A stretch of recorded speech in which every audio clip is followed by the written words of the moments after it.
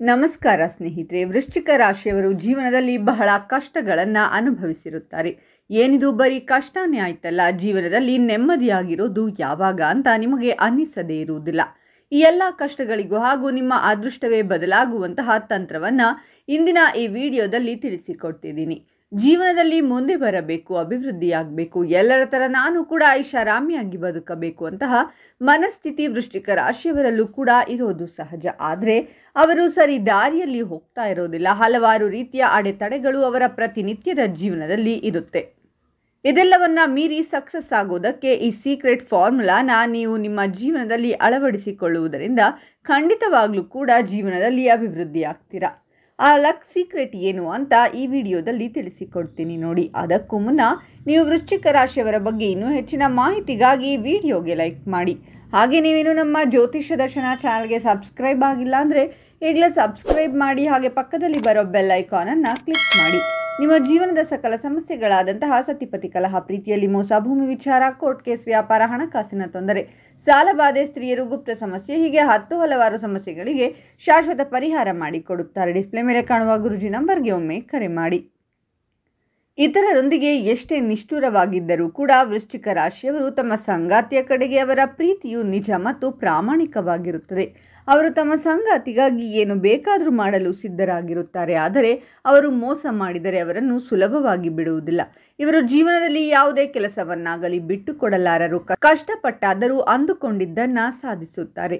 ವೃಶ್ಚಿಕ ರಾಶಿಯಲ್ಲಿ ಹುಟ್ಟಿದಂತಹ ವ್ಯಕ್ತಿಗಳು ಖಂಡಿತವಾಗ್ಲೂ ಕೂಡ ತುಂಬ ಎತ್ತರದ ಸ್ಥಾನಕ್ಕೆ ಹೋಗಿರುವಂತಹವರಾಗಿರುತ್ತಾರೆ ಅಥವಾ ತುಂಬ ಕೆಳಮಟ್ಟದಲ್ಲಿರುತ್ತಾರೆ. ಯಾಕೆ ಅಂತಂದರೆ ಈ ಒಂದು ವೃಶ್ಚಿಕ ರಾಶಿ ಏನಿದೆ ಇದರ ಅಧಿಪತಿ ಮಂಗಳ.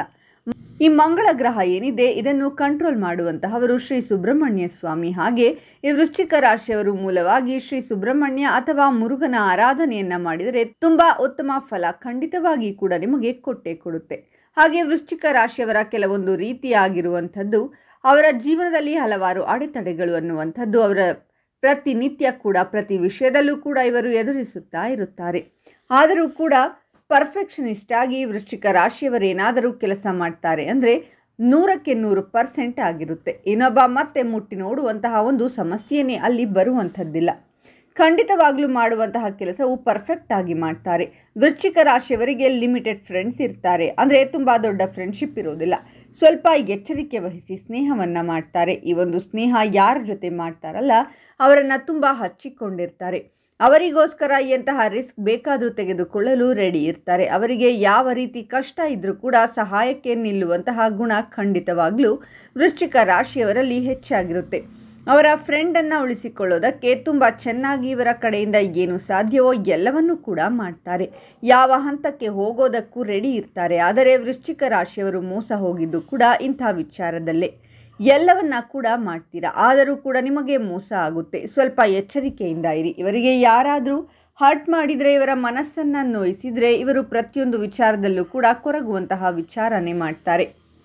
ಈ ಒಂದು ವೃಶ್ಚಿಕ ರಾಶಿಯವರಷ್ಟು ಒಳ್ಳೆಯವರು ಇನ್ನೊಬ್ಬರು ಇರುವುದಿಲ್ಲ. ಆದರೆ ಇವರ ಮನಸ್ಸಿಗೆ ಏನಾದರೂ ನೋವಾಯಿತು ಅಂದರೆ ತಡೆದುಕೊಳ್ಳುವಂತಹ ಒಂದು ಪ್ರವೃತ್ತಿ ಇವರಲ್ಲಿಲ್ಲ. ಬಹಳ ಕಷ್ಟಪಡುತ್ತಾರೆ, ಬಹಳ ಒದ್ದಾಟವನ್ನು ಪಡುತ್ತಾರೆ. ಯಾಕಂದರೆ ಇವರಿಗೆ ಇವರ ಫ್ರೆಂಡ್ಸ್ ಅಥವಾ ಫ್ಯಾಮಿಲಿಯವರನ್ನು ಬಿಟ್ಟು ಕೊಡೋದಕ್ಕೆ ಆಗೋದಿಲ್ಲ.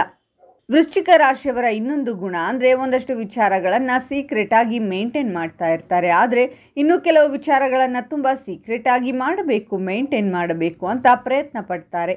ಆದರೆ ಇವರ ಹೊಟ್ಟೆಯಲ್ಲಿ ಆ ವಿಚಾರಗಳು ನಿಲ್ಲದೆ ತುಂಬ ಬೇಗ ಅದನ್ನು ಹೇಳುವಂಥ ಮನಸ್ಥಿತಿ ಕೂಡ ವೃಶ್ಚಿಕ ರಾಶಿಯಲ್ಲಿ ಕಂಡುಬರುತ್ತೆ. ಹಾಗೆ ಸಿಕ್ಸ್ ಸೆನ್ಸ್ ಏನು ನಡೀತಾ ಇದೆ ಅಂತ ಅದು ಕೂಡ ಇವರಿಗೆ ಮೊದಲೇ ಭಾಸವಾಗುವಂತಹ ಸಂಭವ ಕೂಡ ವೃಶ್ಚಿಕ ರಾಶಿಯವರಿಗೆ ಕಂಡುಬರುತ್ತೆ.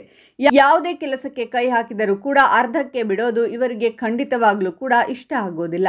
ಅದರಲ್ಲಿ ಸೋಲಾಗಲಿ ಗೆಲುವಾಗಲಿ ಪೂರ್ಣ ಮಾಡಿಯೇ ಎದ್ದು ಬರಬೇಕು. ಅದರಿಂದಾಗಿ ಆದಷ್ಟು ಒಳ್ಳೆಯ ಫಲವನ್ನು ಪಡೆಯಬೇಕು ಅನ್ನೋ ಮನಸ್ಥಿತಿ ಖಂಡಿತವಾಗ್ಲೂ ಕೂಡ ವೃಶ್ಚಿಕ ರಾಶಿಯವರಿಗೆ ಹೆಚ್ಚಾಗಿರುತ್ತೆ.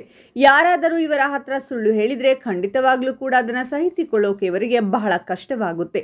ಅದು ಇವರಿಗೆ ಅರಗಿಸಿಕೊಳ್ಳಲು ಆಗುವುದಿಲ್ಲ. ಇವರಿಗೆ ತುಂಬ ಟ್ಯಾಲೆಂಟ್ ಇರುತ್ತೆ, ಬಟ್ ಆ ಟ್ಯಾಲೆಂಟನ್ನು ವ್ಯಕ್ತಪಡಿಸುವುದಕ್ಕೆ ಸರಿಯಾಗಿರುವಂತಹ ಸ್ಟೇಜ್ ಅನ್ನೋದು ಎಲ್ಲೋ ಒಂದು ಕಡೆ ಸಿಗ್ತಾ ಇರೋದಿಲ್ಲ. ಲಾಯಲ್ಟಿಗೆ ಮತ್ತೊಂದು ಹೆಸರೇ ಈ ಒಂದು ವೃಶ್ಚಿಕ ರಾಶಿಯವರು. ಅಂದರೆ ನ್ಯಾಯ, ನೀತಿ, ಧರ್ಮ ಹಾಗೂ ಎಲ್ಲ ಸಧರ್ಮ ಅಂತ ಏನು ಹೇಳ್ತೀವಿ ಆ ದಾರಿಯಲ್ಲಿ ನಡೆಯುವಂತಹವರು, ಒಳ್ಳೆ ಹಾದಿಯಲ್ಲಿ ಹೋಗುವಂಥದ್ದು ಇವರಿಗೆ. ಯಾರಾದರೂ 100 ರೂಪಾಯಿ ಕೊಟ್ಟರೆ ಆ 100 ರೂಪಾಯಿ ವಾಪಸ್ ಕೊಡಲೇಬೇಕು ಅನ್ನೋ ಮನಸ್ಥಿತಿ ಖಂಡಿತವಾಗ್ಲೂ ಇರುತ್ತೆ.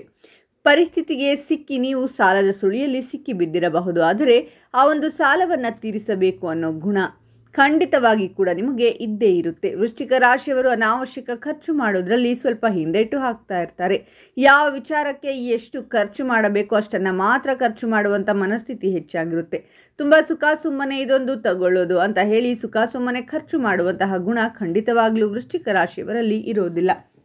ಆಗಲೇ ಹೇಳಿದ ಹಾಗೆ ಇವರಿಗೆ ಸ್ನೇಹಿತರು ಬಹಳ ಕಮ್ಮಿ. ಯಾಕಂದರೆ ವೃಶ್ಚಿಕ ರಾಶಿಯವರು ಸುಲಭವಾಗಿ ಯಾರನ್ನೂ ಕೂಡ ನಂಬುವುದಿಲ್ಲ.